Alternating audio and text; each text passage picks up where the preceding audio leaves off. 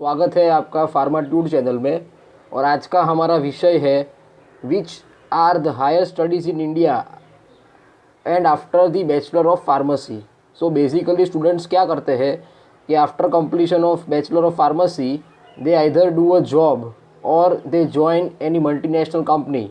But nowadays it is a prime necessity that in order to get a good placement or in order to have the more detailed knowledge or in order to pursue in research one need to pursue higher studies after doing bachelor of pharmacy. So यहाँ पे मैंने कुछ ऐसे studies या कुछ ऐसे studies के बारे में मैंने डिस्क्रिप्शन दिया हुआ है जो कि after bachelor of pharmacy generally students prefer करते हैं। सो आइए चले देखते हैं कि कौन कौन से स्टडीज़ आते हैं कि जो students after completion of their graduation can do it. So courses after B Farm in India. See basically students क्या करते हैं कि या तो फिर अभी ऑलमोस्ट 50% टू 60% स्टूडेंट्स जो होते हैं वो क्या करते हैं कि फॉरेन चले जाते हैं। पर it is not that the opportunities are not less in India that students are going in foreign. It is equally the opportunities are available. So it depend on us which type of opportunity we choose. So in case of studies, which courses after BPharm are there in India? So first one is Master of Pharmacy. It is of 2 years or simply we can call MPharm. Then Doctor of Pharmacy. It is of 3 years. It is called PharmD. Then the MBA. It is of 2 years. Then MSc. That is Master of Science in that is also of 2 years.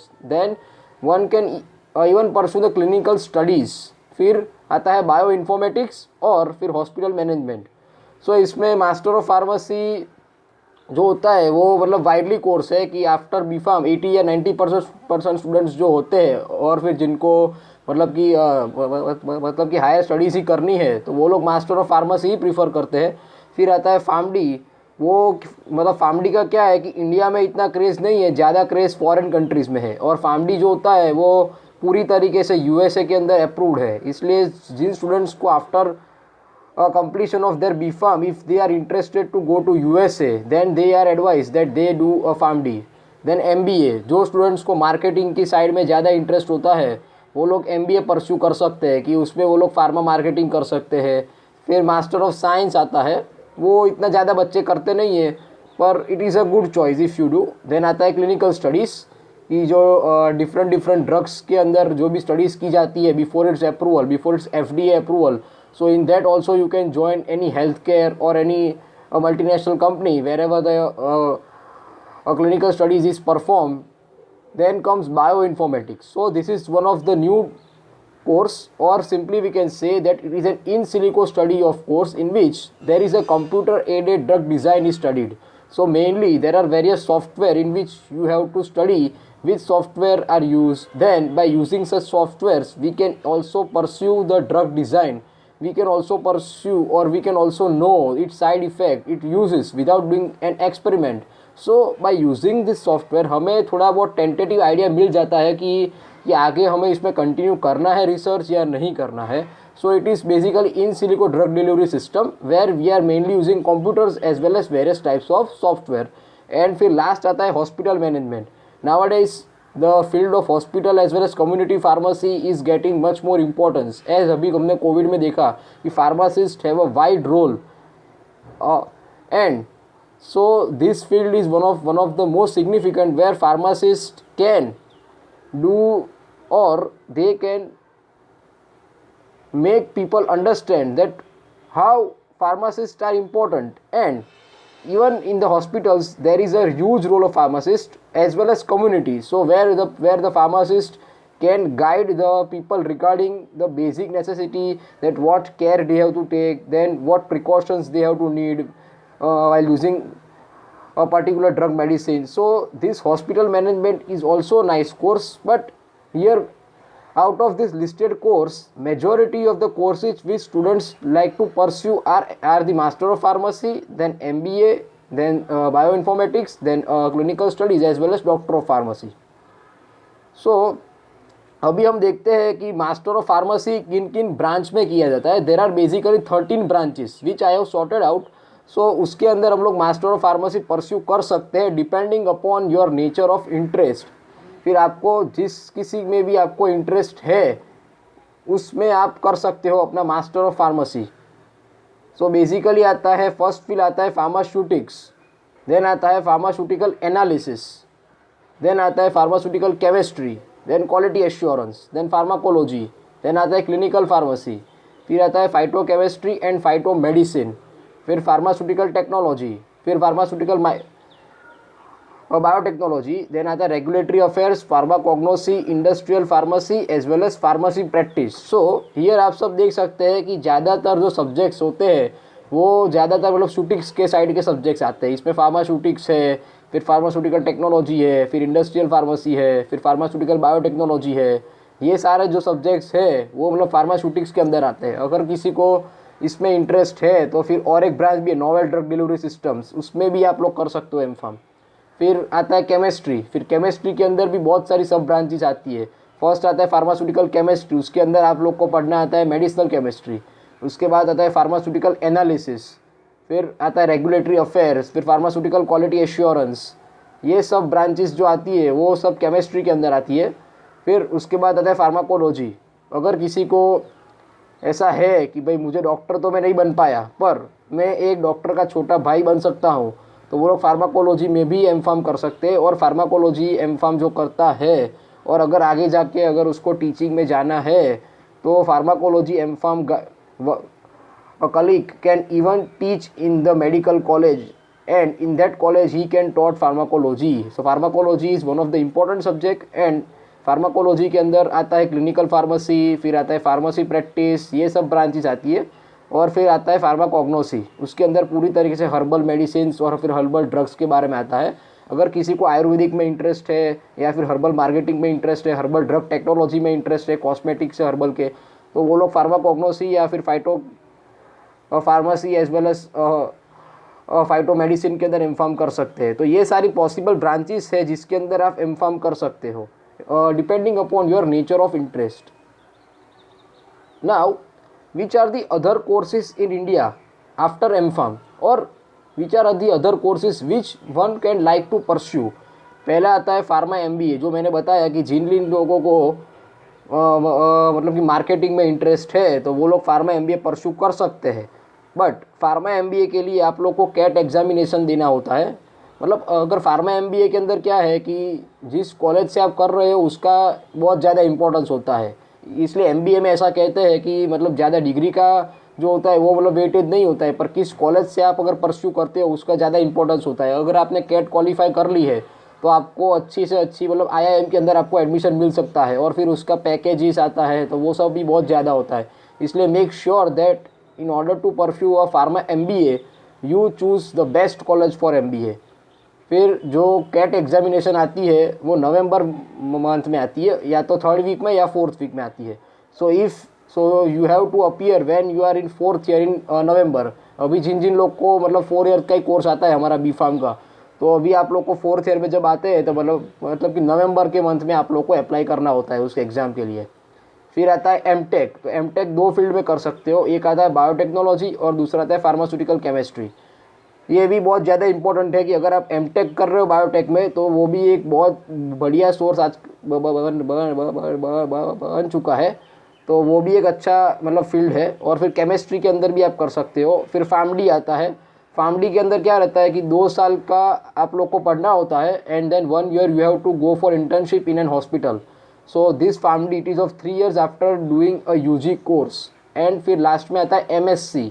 MSc can be done in the 3 fields: biotechnology, pharmaceutical chemistry as well as forensic sciences. So these are some of the course apart from M-Pharm which students would like to choose if they have interest in their respective field. So these are the 4 types of course which can students pursue after doing their Bachelor of Pharmacy. Now अभी PharmD के लिए भी कुछ entrance test आती है। ये जैसे मैंने बताया कि आप लोगों को अगर फार्मा MBA करना है तो कैट है, सीमेट है, वो सब एग्ज़ाम्स आपको देनी पड़ती है। पर अगर आपको टॉप फार्मडी इंस्टीट्यूट्स के अंदर आपको अगर एडमिशन लेना है तो उसके लिए आप लोग को ये एग्ज़ाम्स क्लियर करनी पड़ेगी। पहला आता है नाइपर JEE, फिर आता है Dayanand Sagar university admission test, फिर वेल्स एंट्रेंस टेस्ट, फिर MHCT that is Maharashtra common entrance test, अगर किसी को महाराष्ट्र में एडमिशन लेना है तो ये टेस्ट उन लोग के लिए एसेंशियल है। फिर आता है भारतीय विद्यापीठ कॉमन एंट्रेंस टेस्ट, फिर निम्स एंट्रेंस टेस्ट, निम्स एक बहुत बढ़िया इंस्टीट्यूट है जो कि मुंबई में आया है। फिर आता है MU OSET टेस्ट और फिर integral university entrance test. So this are some of the test and you have to appear in the following test, then depending upon the institute which you wish to enter or you wish to take an admission. So depending upon your nature of interest as well as which type of college you want to pursue, so you have to take admission in that college. So for taking an admission in that college you have to appear for its entrance test. So it is very essential that you fix your goal and then decide which college you have to choose, which stream you have to choose, and then you have to start the preparation for that respective competitive exam.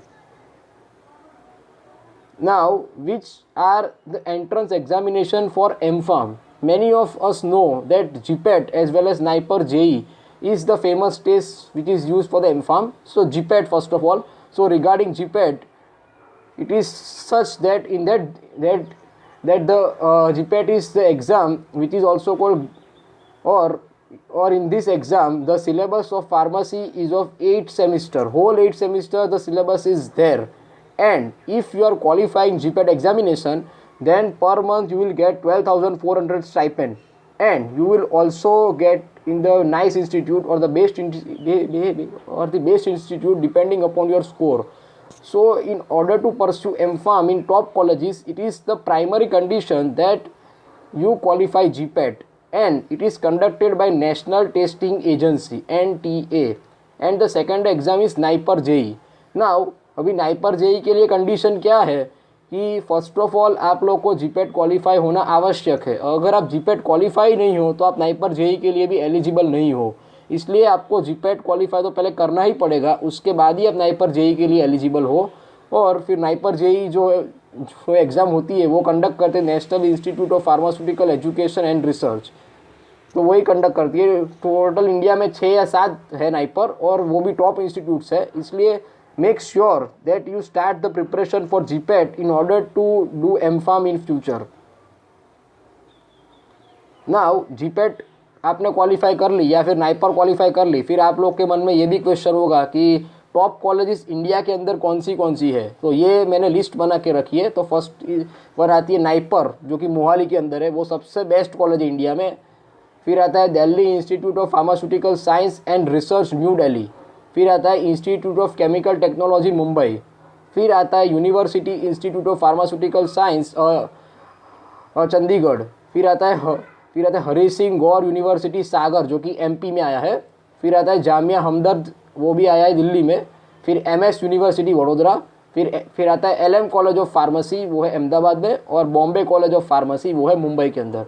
सो ये सब top colleges है, और ये सब college में admission लेने का एक बहुत बड़ा एडवांटेज है कि आप लोग को MPharm में माइनर रिसर्च प्रोजेक्ट जो आप B.Pharm में करते हो तो वो तो ठीक है, पर MPharm के अंदर ज़्यादा से ज़्यादा पोर्शन आप लोग का रिसर्च का आता है। अगर आप बेस्ट इंस्टीट्यूट से अगर आप परस्यू करते हो MPharm तो आपको अच्छे से अच्छा रिसर्च करने को मिलेगा, और वो भी एट एन इंडस्ट्रियल स्केल आपको मिलेगा। तो क्या होगा कि जो इंडस्ट्री में आप लोग को मतलब रिसर्च के लिए भेजा जा रहा है, तो बाद में ऐसा भी हो फ्यूचर में कि वो इंडस्ट्री वाला आपके काम से संतुष्ट होकर फिर आपको वहीं पे जॉब दे दे, तो इट्स एन बेनिफिशियल कि फिर आप लोगों को मतलब प्लेसमेंट की या जॉब की कोई मतलब चिंता ही नहीं रहेगी। इसलिए make sure that you qualify in GPAT, then you appear for NIPER, and with the best score you can get the admission in the best college. फिर NIPER कॉलेजेस कौन सी है फॉर MPharm? तो फिर फर्स्ट आती है NIPER college in Mohali Punjab, फिर आती है NIPER इन द हैदराबाद और एज वेल एज तेलंगाना, फिर आती है NIPER इन द कोलकाता और we can see West Bengal, then आती है NIPER in Guwahati Assam, and आती है NIPER in Ahmedabad Gujarat. So this are the 5 NIPER institute in our India which are the topmost colleges of India, and out of this 5 colleges even the NIPER Mohali is the first college or is the best college for MPharm. So make sure that you score such a score that you can get an admission in the Naipar college only. अभी गुजरात के अंदर किसी को रहना है, top pharmacy colleges in Gujarat for M pharm. So Gujarat के लिए ये सब कॉलेजेस जो मैंने लिस्ट की हुई है वो सब एम फार्म के लिए बेटर कॉलेज है. फर्स्ट कॉलेज है LM college of pharmacy Ahmedabad, फिर आता है MS यूनिवर्सिटी वडोदरा, फिर आता है BK कॉलेज और फिर simply BK Modi college of pharmacy Rajkot, फिर आता है AR college of pharmacy Vallabh Vidyanagar, फिर आता है Gujarat technological university GTU, it is at Ahmedabad, and आता है निर्मा यूनिवर्सिटी अहमदाबाद. सो इसमें जो फर्स्ट 4 कॉलेजेस जो लिस्ट आउट की हुई है वो सब गवर्नमेंट कॉलेजेस है. तो वहाँ पे क्या रहता है कि आप लोग को मतलब एडवांटेज फीस में तो मिलता ही है, पर साथ ही साथ आप लोग को इंस्ट्रूमेंट्स और फैकल्टीज़ और वो सब बहुत अच्छा होता है. तो अगर आप यहाँ पे एडमिशन लेते हो तो it's one of the big advantage. Then आता है GTU Ahmedabad and Nirma university, जो this two are also one of the best institute in Gujarat for pursuing M.Pharm. So make sure that after qualifying GPAT, if anyone has not qualified NIPER or if anyone is not wishing to appear in the NIPER, so if they have a good score in GPAT, so they can appear or they can take an admission in these colleges too. It is also one of the nice college. So at the last, I would like to only say that whenever you are pursuing Bachelor of Pharmacy, either you are in second year or you are in third year, so at that moment only you have to select or you have to choose that whether you have to do a job or you have to do for the higher studies in India or in foreign. So अगर आप अपना गोल ही एक fix कर लेते हो कि भाई मुझे ऐसा ही करना है, तो आपका जो डायरेक्शन होगा वो एक क्लियर हो जाएगा और आपका जो एफर्ट्स होंगे वो एक पर्टिकुलर डायरेक्शन में जाएंगे. तो आप लोग को डिसाइड करना